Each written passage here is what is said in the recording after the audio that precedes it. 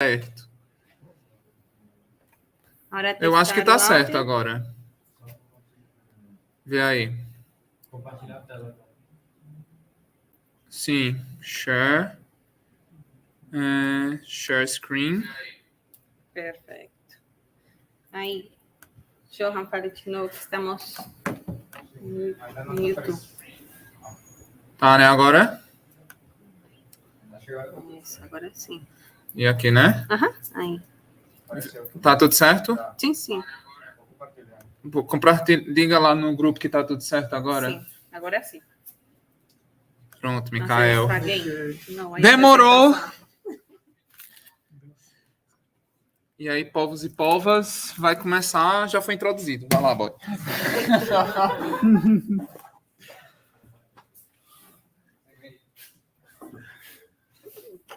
Não, é só o bombom. Pode começar?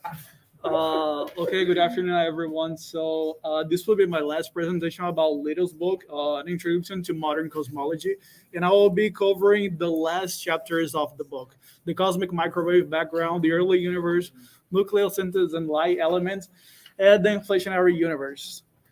Okay, the first of all, an introduction to cosmic microwave background. So I'll be covering basically the meaning of the microwave background and how we get to know the idea of it. Okay, the basic idea behind the cosmic microwave background is, okay, so I want to take a look at a galaxy in a certain distance from me. So the lightning that I will be seeing from this galaxy now is not necessarily is not the light that it's emitting now. Let's suppose 10 light years. So it's the light that this galaxy has been emitted in those years, in those past years. So the basic idea behind this is, oh, I am looking further, and I want to look further enough to a point that I cannot look further. And that's the limit of the visible universe, and then we call it the CMB. And as you can see, it's usually represented as this map in which we have those variations in temperature, the blue being the cool temperature and the hot being the hot temperature. But we'll be seeing that it's not actually hot, it's just that it's a small variation, 1 in 1,000 kelvins. So basically now I want to know, okay, as the universe expands, it cools, but I want to know a relationship between the temperature of the universe and the scale factor. And we have this little equation from previous chapters of Little, and we just do a quick substitution and we find the relationship for temperature to be 1 divided by the scale factor. Okay, so given this information, now we want to divide the history of the universe in two main aspects: the temperature and density. I have the decoupling moment in the universe from when it was opaque and then it became transparent, and that's exactly when the CMB was formed.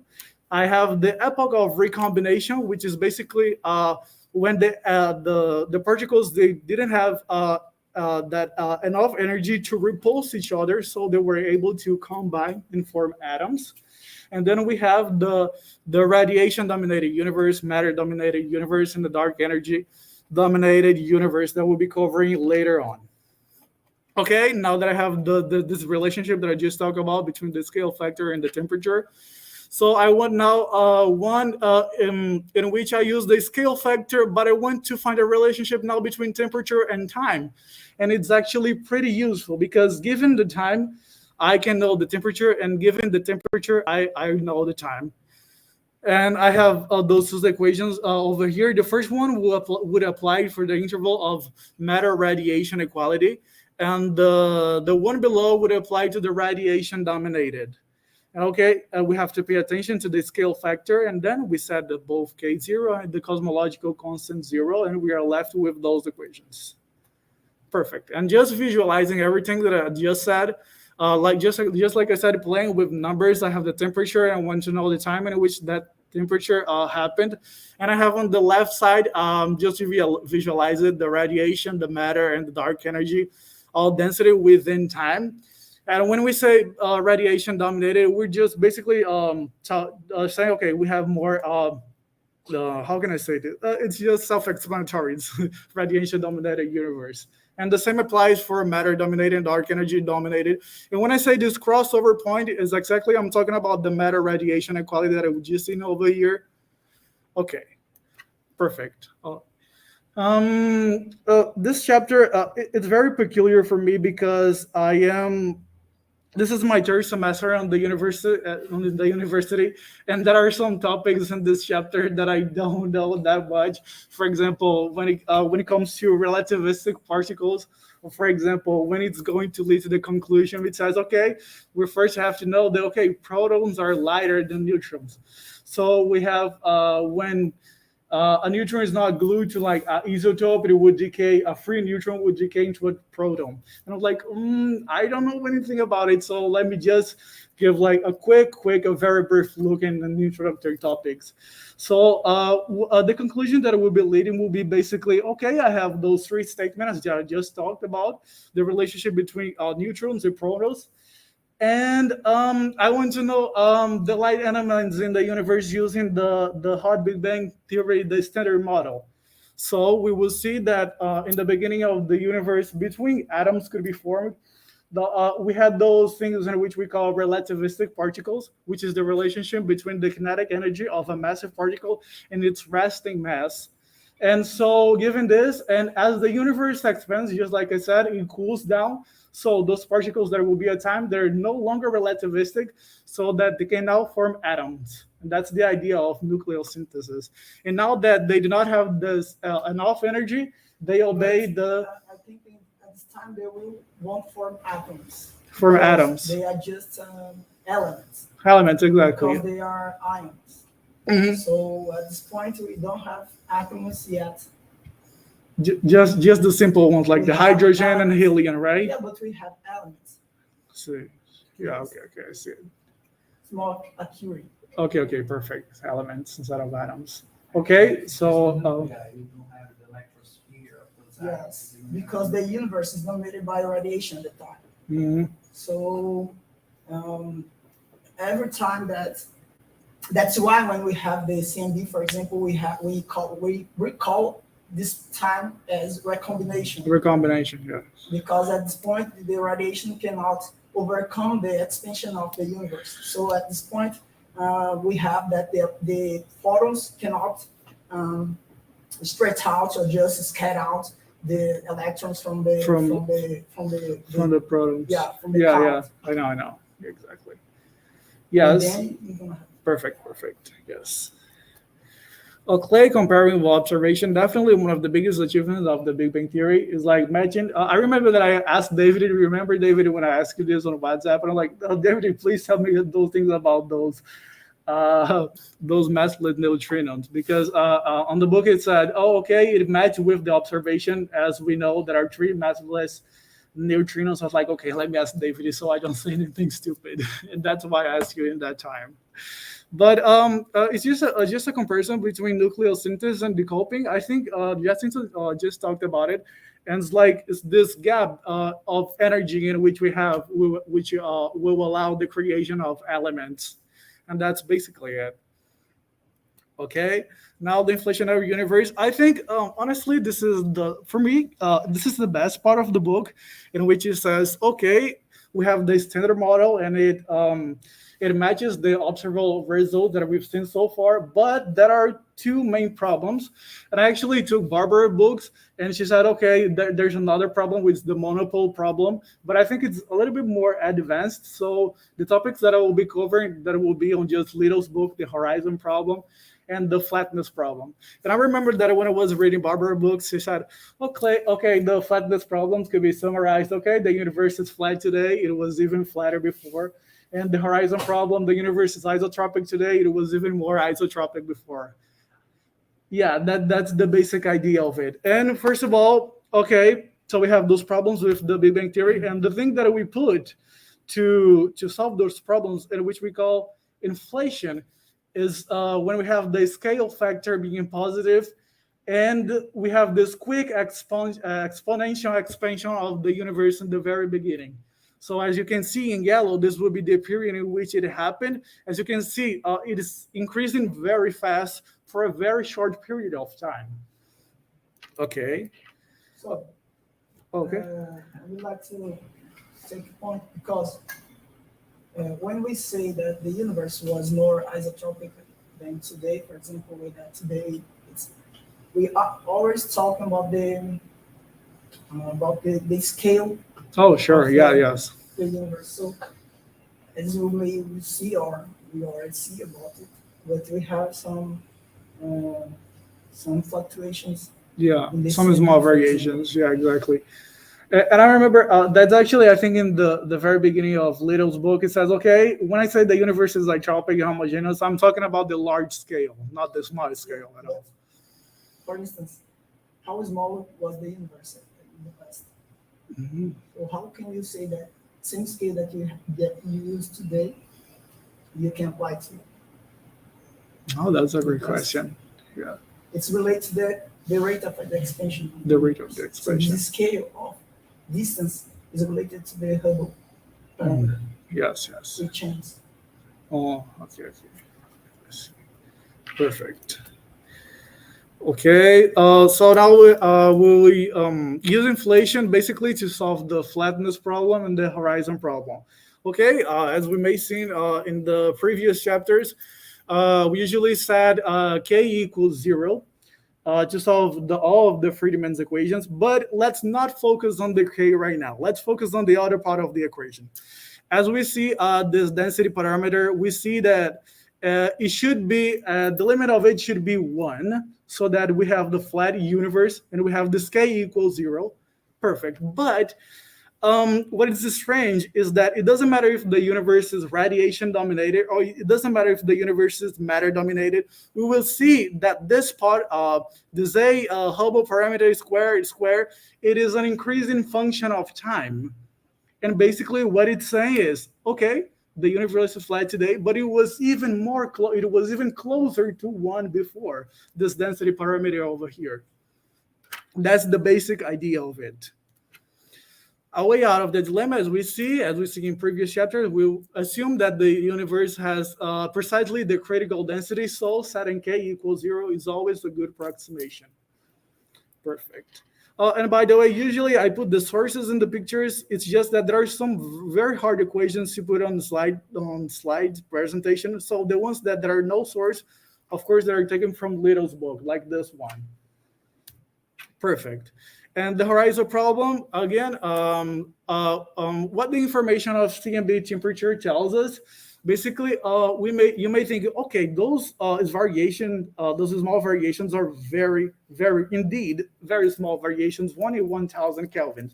So you may be thinking, okay, it's the thermal equilibrium, so all regions of space in the universe may have interacted before to reach such a good precision.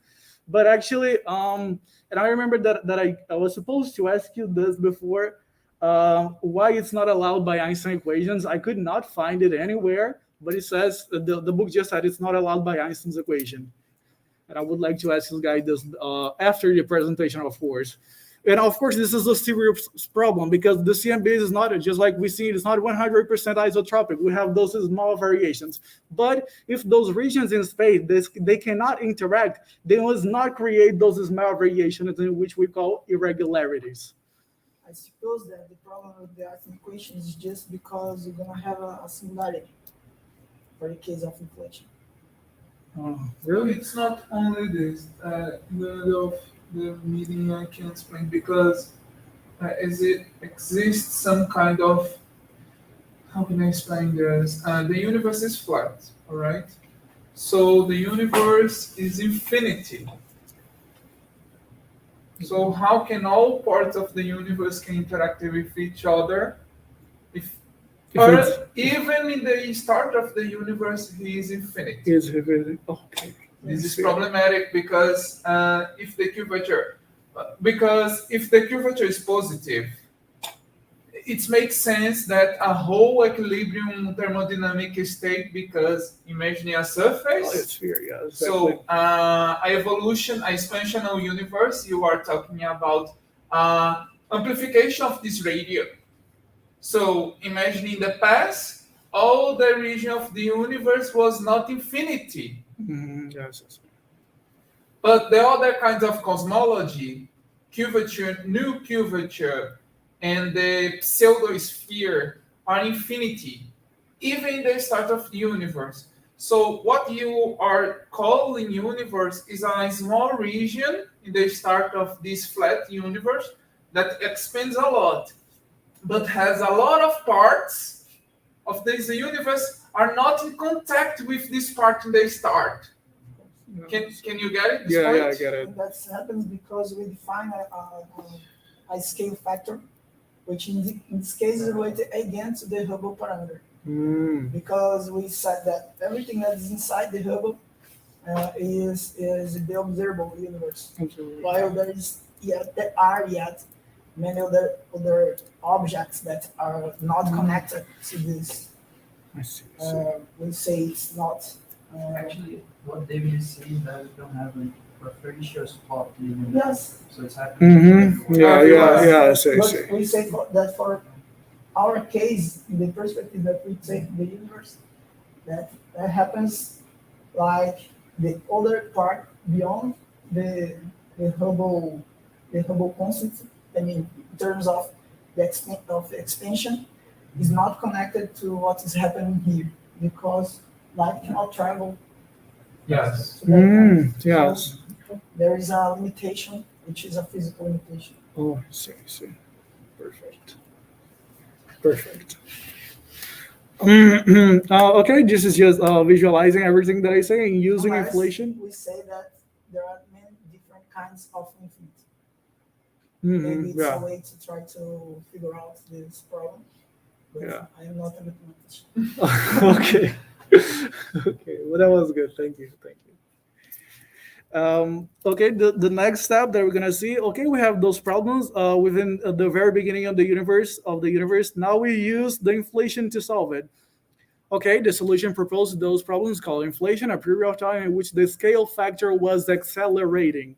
So we have this left part of the equation over here and the right part of the equation. But since everything on the beginning of the right part is a constant, I would just focus on everything that is in the parameter, in the parentheses. So as we know, it's weird to say negative density. So due to this, we have the negative pressure, in which I remember there was a mistake in those P's, this like hole, we call it, right? It is the density, and this how cursive P will be the what I'll call the pressure, and we say that it is required a negative pressure, and also inflation implies that only the cosmological constant is relevant. So we just pay attention to the cosmological constant divided by 3, and we will do those math tricks to get the final relation between the cosmological constant and the scale factor. And just like we discussed, remember, it is a very fast expansion. It is exponential. We expect it to be. So just like as we expected, it's exponential. And just visualizing everything that I said, the left part would be the flatness problem and solving the horizon problem. We just discussed about it. And visualizing, last but not least, visualizing the meaning of inflation. And it's just a quick map to, just like the title says, to visualize it. In the beginning of the universe, we have this opaque universe, and then when it first becomes from opaque to transparent, we have the CMB being formed on the very left, just after the bright light over there, and then on the rest, we have the universe we know today. I think again, it's important to highlight that in the phase of inflation, the Hubble parameter remains constant. It remains constant. Okay. That's why it's solved. Oh, I actually think Little's book doesn't cover it. I think I didn't read this.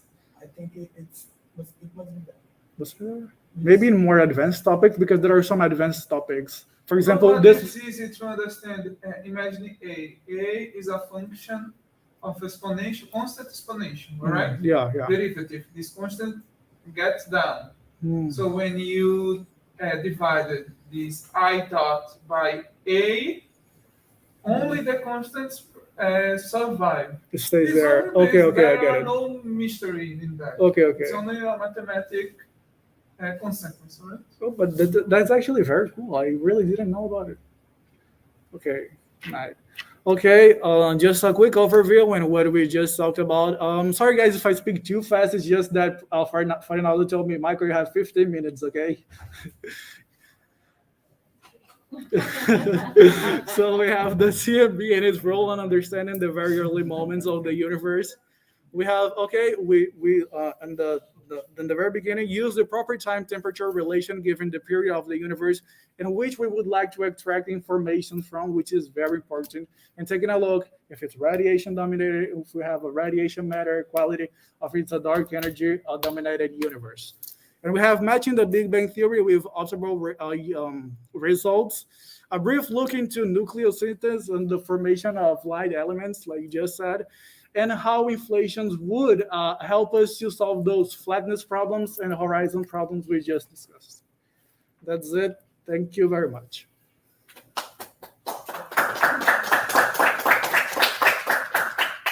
So any questions, guys? Any question to Mikhail now? You said that the universe was flatter than it is now. So is it curving inwards or outwards? Okay, let me go back there. I think it is easier to visualize if you have this over here. Let me see. Was in the Flatness problem. Okay, perfect. Just like a quick review on everything. Forget the letter K. We set it to 0, but let's just focus on the thing below it. We know it is an increasing function of time. Just like, remember when we say, okay, the universe is isotropic, and the universe is, we have this property homogeneous and is isotropic. It's not 100% isotropic. That's the idea of it. You see? Mm-hmm. So when you say it was flatter, it was more isotropic. Yes, exactly. You could think also like this. Okay, we know if if the right part of the equation is equals 0, we have no other choice but the density parameter total to be equal 1. You can imagine it was even closer to 1 before. It's easier if you think in this way. I think, if I remember well of my cosmological errors, like gamma time 1, because you see, né? Here 1 minus 1, 0, flat universe. Get it? So if I remember well, using slow hole approximation is some kind of techniques to solve the like this.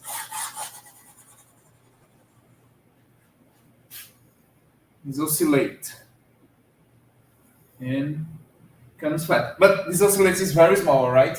Because my drawing is not good. Here is not. Here is drastic in the beginning of the universe. But here, this part oscillating around 1. And I will continue. Okay. Yeah, that's the idea of it. Perfect. Any more questions? Não, tem quantas pessoas, Agostinho? 7. 7? E você, Mikhail? Tem alguma pergunta? Não, tudo bem. A minha pergunta realmente era... my question was actually about how we may not apply. It's not allowed by Einstein's equation, but you guys gave a nice explanation. Thank you. It's because cosmologic fluid equation, some parts of this is very easy to understand because it has a very easy correlating what kind of fluid we know. Mm-hmm. But when you talk about the space as all, it's difficult to our mind imagining some kind of properties. But it's interesting because a flat universe is a problem. Because you didn't study cosmology, but in the early of the cosmology, in 50 years, 60 years, have a lot of concurrent cosmological models. Eddington Finkelstein's models, Einstein models, a lot of models, all right? So in this phase, Lemaitre and the physics in the start, realized that a flat universe isn't stable, because if you imagining a flat here, lambda positive is a crescent, and the other one is decrescent. So we have a big bang, a big crunch. All right. So this is a problem because very small variations turns the universe or very expensive or in a fate of a big crunch. Yeah. So we in physics don't like much this kind of solution, all right? This kind of stable solution. And one of the problems that the inflation solves is this problem, because we do not need decay exactly equal 1 as a total and perfect flat space-time demands. So you went with this stable solution of the cosmology, but this is a more advanced topic.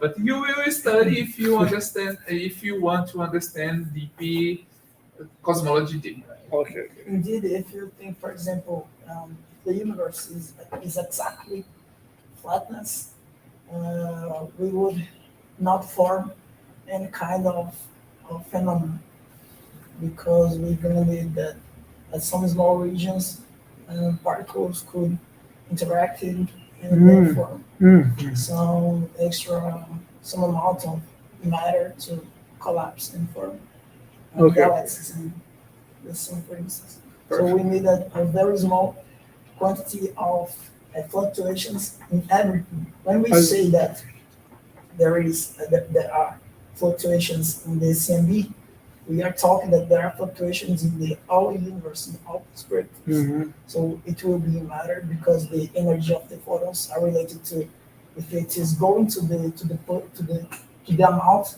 of matter, or if it's going out. So it gives you more information about the physics, the particle physics that's happening at that point. So it will be changing as the universe is increasing.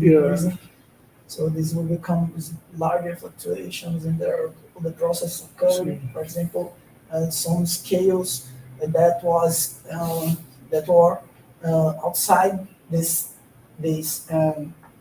observable universe start to go inside that, and the process of formation of structures at larger scale. Yeah, I see.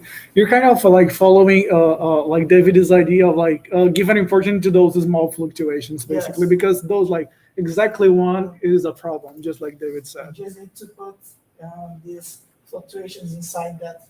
I see. That fluctuations. Yeah, perfect. It's because have two kind of fluctuations in cosmological procedure. The first one is changing the isotropy and homogeneity of the universe. Isotropy not much. If I remember well, they alleviate only the homogeneity. Isotropy, it's more complicated to touch, but homogeneity we need, as Jacinto said, galaxy formation. But the problem is, this is my more important point, that all before CMB, all is a speculation. All, because if we cannot see, we cannot know if this mechanism or other kind of mechanisms whose the results are the same. Just if we don't have even gravitational information about it, we just have basically our astronomy is now going to another point thanks to the gravitational waves, detections, etc. But if we just can't see things like using electromagnetic radiation, so it becomes harder to take opaque universe, as you say. So now we think, for example, if there is a background of neutrinos, as we have about photons that would decouple earlier, and you can detect that that does neutrinos. So we will know more things about the universe before CMB, for example. Okay. And the same way, for instance, if we say just, if we can't see it, it doesn't exist. But dark matter is like that, but it gives to us gravitational outputs. So we can say maybe it's there, and then we have to change the perspective that we understand the particle physics, for instance. But dark matter in this moment has already put footprints in the CMB. Yeah, that's the point. In the CMB, But it's that gravitational. It's gravitational. That's what I mean. We have, because what we know from CMB, that's not exactly gravity, but we know that to explain what is going on, you have to insert gravity. Yeah. And to understand the difference peaks or something like that, we need particle physics to explain more fundamentally. Okay. But of course, cosmology can just come and give a macro perspective. Yes. A macro perspective exactly about what's going on. It's like a temperature, it's like thermodynamics and statistical mechanics, you know? Yeah. Okay. questions? That's it? More questions? Não? Então sejamos felizes, né?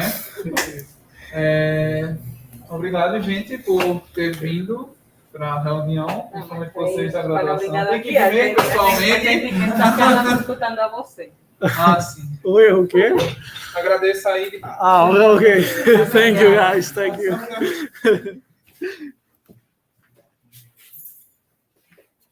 See you next week. Bye bye, everybody. Yeah. Foi para marcar a presença.